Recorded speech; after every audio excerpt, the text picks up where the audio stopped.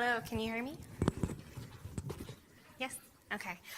Good evening. My name is Christy Elzey, and I'm going to be telling you about modern treasure hunting using geographic information systems. Forrest Fenn is a retired Air Force pilot who survived terminal cancer. He currently lives in Santa Fe, New Mexico. In 2010, he hid a bronze box full of gold in the Rocky Mountains. He was almost 80 years old at the time, and when he hid the bronze box, he published a book called The Thrill of the Chase. And in that book, he published a poem which contains 9 clues that are supposed to guide you to his treasure chest. Then again, in 2013, he wrote a second book called Too Far to Walk, in which he published a treasure map, in which areas that are highlighted are supposed to be areas in which you can find the treasure. So what is the treasure? The treasure happens to be this 12th century bronze box. It's full of gold coins and nuggets, some weighing over 2 pounds, animal figurines, carved jade, and different pieces of jewelry, mostly antiques that he's collected. It weighs approximately 42 pounds. It's worth between $500,000 and $3 million, depending on the price of gold at the time. And as of 2018, Forrest Fenn has said that upwards of 350,000 people have gone to the Rocky Mountains in search of his treasure. So what is the poem? The poem that he published says, "As I have gone alone in there, and with my treasures bold, I can keep my secrets where, and hint of riches new and old. Begin it where warm waters halt, and take it in the canyon down, not far, but too far to walk, put in below the home of Brown. From there, it's no place for the meek, and the end is ever drawing nigh. There'll be no paddle up your creek, just heavy loads and waters high. If you've been wise and found the blaze, look quickly down your quest to cease, but tarry scant with marvel gaze. Just take the chest and go in peace. So why is it that I must go and leave my trove for all to seek? The answer I already know. I've done it tired, and now I'm weak. So hear me all and listen good. Your effort will be worth the cold. If you are brave and in the wood, I'll give you title to my gold." So that's the poem he published in 2010. The map that you see here is the one that he published in 2013. The highlighted areas in the map are different public lands that he says that you can find the treasure in. The yellow areas are Bureau of Land Management. The green areas are U.S. Forest Service. The purple areas are National Park Service. The teal areas are Fish and Wildlife Services. And then the orange areas are different tribal lands. So my objectives today are to give you a background on the treasure hunt itself, and then I'm going to discuss my study methods, which include the layer preparation and then the habitat suitability map. And then I'm going to discuss my results and conclusions. So my study methods. I had to download a bunch of different data sets to cover the study area, to include rivers, streams, elevation. These were all downloaded from Esri, the Census Bureau, Data Basin, or the U.S. Geological Service. So what is habitat suitability mapping? Habitat suitability mapping is a really common practice when studying animals and where they live. It requires the researcher to make assumptions about what makes a habitat most suitable. Is it close to water? Is it a certain elevation? Does it require certain types of trees for the birds to live in? So I followed the same sort of premise to make assumptions about where the treasure is based on his clues, and I reclassified those layers based on most suitable, medium suitable, low suitable. Or if the clue says that it's absolutely not going to be in an area, I've then qualified it as disqualified and given it a 999 or infinite amount of number. So my layers were elevation, plants of interest, slope, roads, and then rivers and streams. So the study area from his map shows that it's going to be in Montana, Wyoming, Colorado, or northern New Mexico. So I found those states, and then I shrunk the area to the red-lined area here. This area has elevations between 546 meters and 4,397 meters. The total square kilometers of the study area were over 800 million square kilometers. So it's a really large search area that he left us with. So the first clue that I found was about elevation. After he published his poem in 2010, he did several interviews on the Today Show, releasing 4 more clues. On one of those interviews, he said that the treasure was going to be hidden below or above 5,000 feet in elevation. He then did another interview in which he said that the treasure was going to be hidden below 10,200 feet.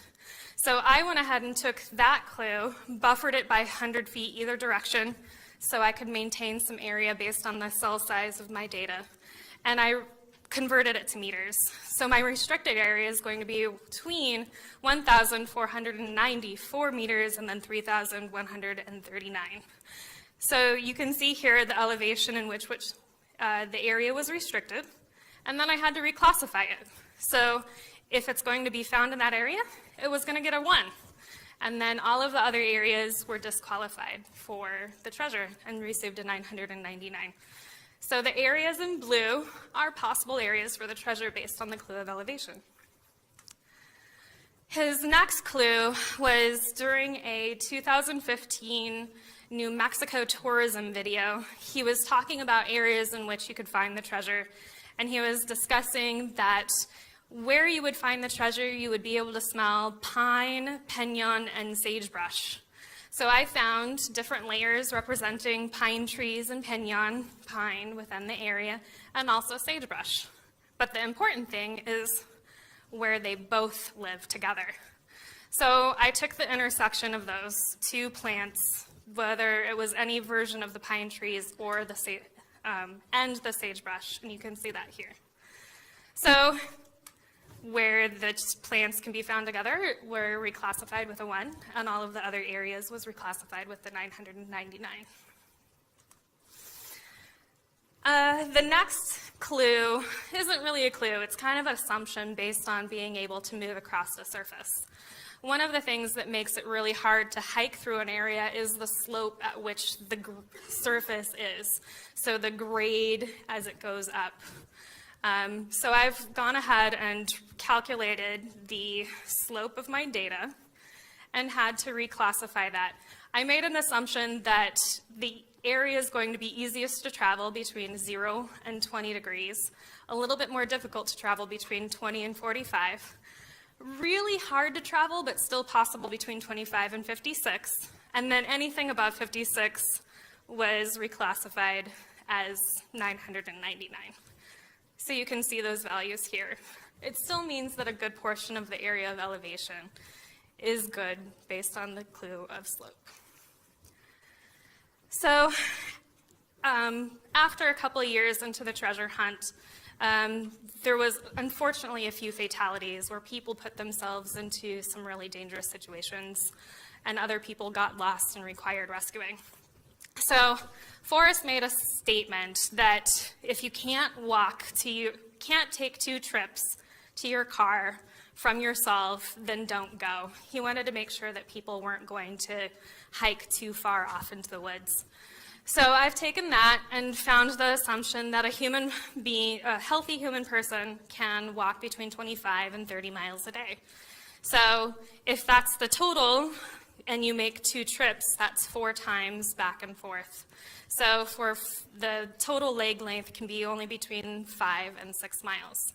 That was then changed into meters, so 8,046 meters or 9,656 meters respectively.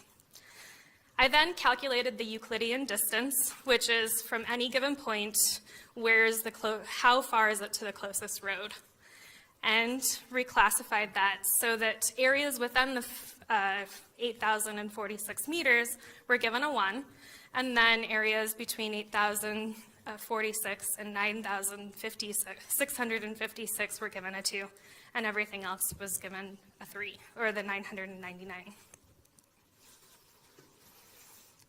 So the next clue was basically many of his clues regard water. He says, begin where warm waters halt, or there will be no paddle up your creek. So I made the assumption that the treasure is going to lie proximate to water. So I did the same calculation using the 5-mile and 6-mile data. So I calculated the Euclidean distance from the rivers and streams to every place on the map, and then reclassified them using the same schema. So areas within the 8,046 meters ended up with a 1. Between the 8,046 and the 9,656 received a 2, and then everything else, the 999. So the last step of habitat suitability is actually adding it all together. So all of my layers were equally important. You can actually give some layers more importance if you need to, but mine were all equally important. So I've gone ahead and added up all of the layers in this map. So areas with the number 5 value are going to be the areas of highest likelihood because they have the lowest number. You can see here, this is a little bit of a zoomed in space. You can see how detailed this gets with the slope being added and all of these other factors to the treasure habitat layers. So what were some of my results? Well, it turns out that the treasure habitat suitability layer that I created has 68 million square feet. It ends up reducing my total square area for the study area down to only 92% of its original area. The area with the highest suitability ends up being only 39% of what's the remainder. Another 43% ended up just being a little less suitable. Here I have also found a layer of the federal lands, so you can see where the intersection of the federal lands that you saw in Forrest Fenn's map intersect with my layers. So now my conclusions. I had a lot of fun doing this project, and I really do think that GIS analysis and habitat suitability in particular is an effective way to limit the search area for the Forrest Fenn treasure hunt. I hope that my map, along with other topographic maps and mapping services, will help treasure hunters in the future inform their search areas and hopefully stay in areas that are a little bit more safe and maybe prevent a few more deaths from happening. The fun thing is treasure hunting requires daring leaps in logic. And so here's my daring leap in logic. Here in this map, up in the very top corner, that teal spot, well, that is Brown's National Wildlife Refuge, if you remember the home of Brown from the poem.